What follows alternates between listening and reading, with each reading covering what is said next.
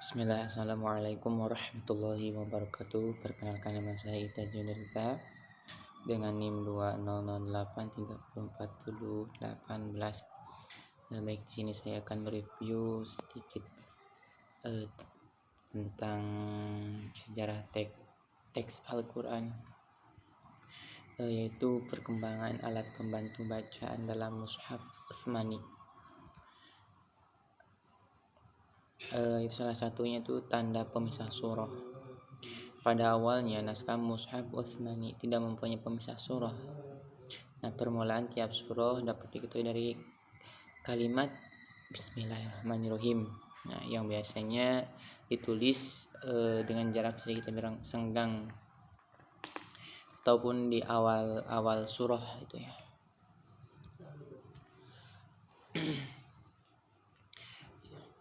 Ada juga salah satu contoh-contohnya di sini dijelaskan dalam bukunya, contoh-contoh Mushaf Utsmani yang memang pada dasarnya kita harusnya bisa membaca, namun karena memang teks Mushaf Utsmani ini masih terjaga dan murni serta tulisannya juga belum kita pahami, jadi kalau misalkan kita yang masih awam di sini akan kesulitan dalam membacanya gitu dibandingkan dengan Mushaf Utsmani yang versi-versi zaman sekarang gitu yang banyak tersebar gitu.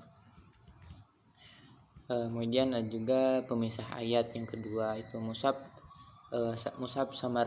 Samarkand juga dikenal dengan Mushaf Tashkent, dinisbatkan ke Utsmani, yakni bahwa kemungkinan ia merupakan kopian aslinya. Nampak mushaf tersebut ditulis oleh beberapa tangan, diantaranya menghapus pemisah ayat. Lalu juga pemisah ayat ya, contoh mungkin kayak wakof, tanda wasol dan segala macamnya di sini banyak, cuman ya tadi sulit untuk difahami gitu karena memang tulisannya masih murni. Nah, sebelumnya pemisah ayat yang panjang katanya disisipkan, tidak tampak adanya penggunaan cara tertentu yang ditetapkan. Jadi setiap penulis bebas menggunakan pilihan sendiri. Tuh.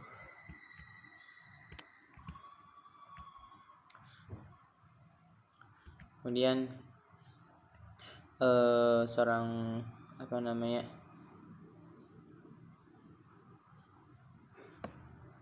Kemudian sekitar abad pertama Hijriah, mushaf dikelompokkan ke dalam 7 bagian yang disebut dengan manazil. Pengelompokan ini sengaja dibuat untuk orang yang hendak menyelesaikan bacaan seluruh mushaf dalam waktu 1 minggu. Pada abad ketiga Hijriah muncul kesimpulan yang mengelompokkan Al-Quran ke dalam 30 bagian atau juz, bagi yang mereka yang ingin menghabiskan tadarus seperti itu.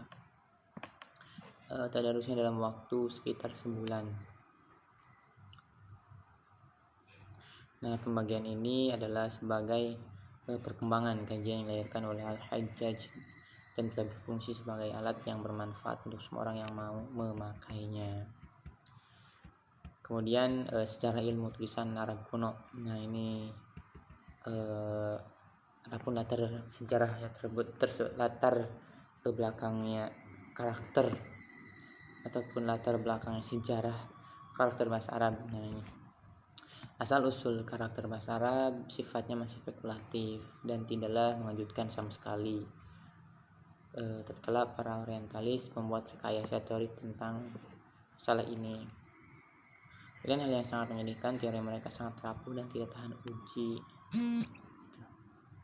Dan Beatrice Gruender, pengarang sebuah kajian tentang perkembangan skrip bahasa Arab, menyatakan bahwa semua skrip Arab berasal dari alfabet Funisia, karena bahasa Arab tampaknya yang paling jauh terisolasi. Kemudian perubahan drastis dalam susunan spasiasi memberi isyarat bahwa kemungkinan skrip bahasa Nabataean ataupun Syadak menjadi perantara perkembangan skrip bahasa Arab. Nah, seperti itulah.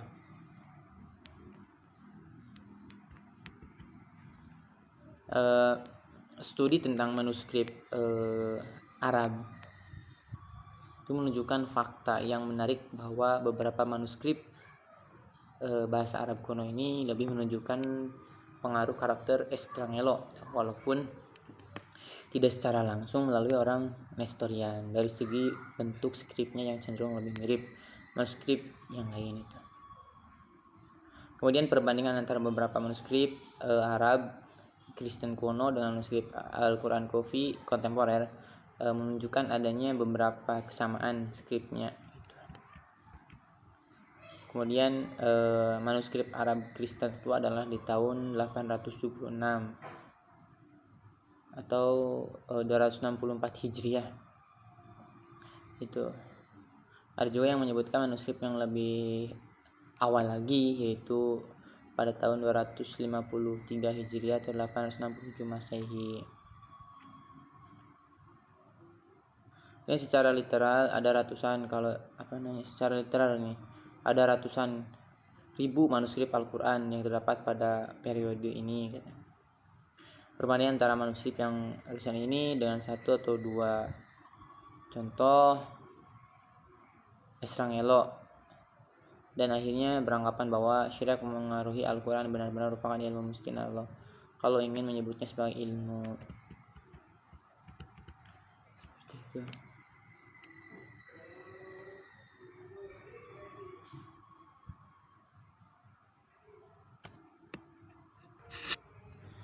Adapun juga nih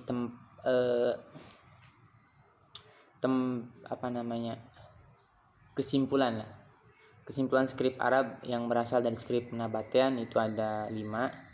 Pertama, inskripsi Nabataean di atas batu Fih al-Alim tahun 250 Masehi. Kemudian inskripsi Arab Imru al-Kais Namarah 32 sekian Masehi lah, 30 sekian Masehi. Yang ketiga, inskripsi Arab dari Zabad 512 Masehi. Kemudian inskripsi Arab di Harran 568 Masehi dan inskripsi Arab di al-Jimal abad ke-6. Ini. Namun juga ini studi dokumentasi dan inskripsi Arab kuno itu garis yang samar antara bahasa Nabataean dan inskripsi Arab. Memang pada dasarnya inskripsi bahasa Arab kuno ini sulit untuk kita pahami ya, karena memang tulisan-tulisannya belum mengenal yang namanya titik, jabar dan segala macamnya, baru tulisan garisan lurus, bengkok dan segala macamnya lah. Belum belum bisa kita pahami itu yang sekarang. Itu beda yang setelah munculnya ilmu-ilmu baru yang memberikan tanda titik dan segala macamnya. Nih salah satu itu inskripsi dua bahasa Nabataean dan Greek di atas batu Fir al-Lima bertanggalkan 250 Masehi. Cantin Chau Abbot dan Gruender semua mengikuti pendapat Linman yang menyebutnya sebagai inskripsi Nabataean.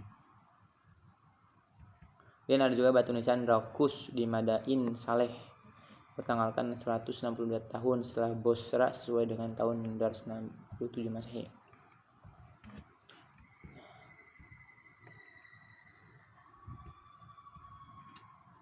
Jadi itulah singkatnya review yang bisa saya paparkan. Kurang dan kurangnya mohon maaf. Semoga dengan adanya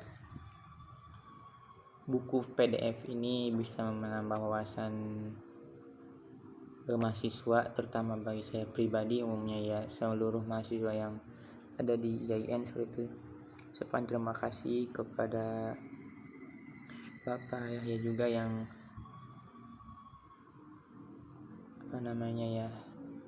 sudah mau membimbing kami lah, seperti itu. Ya, dari saya kurang dan kurangnya mohon maaf. lebih dan sempurnanya yang datang dari Allah. Wallahu muwaffiq ila aqwamit thoriq. Wassalamualaikum warahmatullahi wabarakatuh.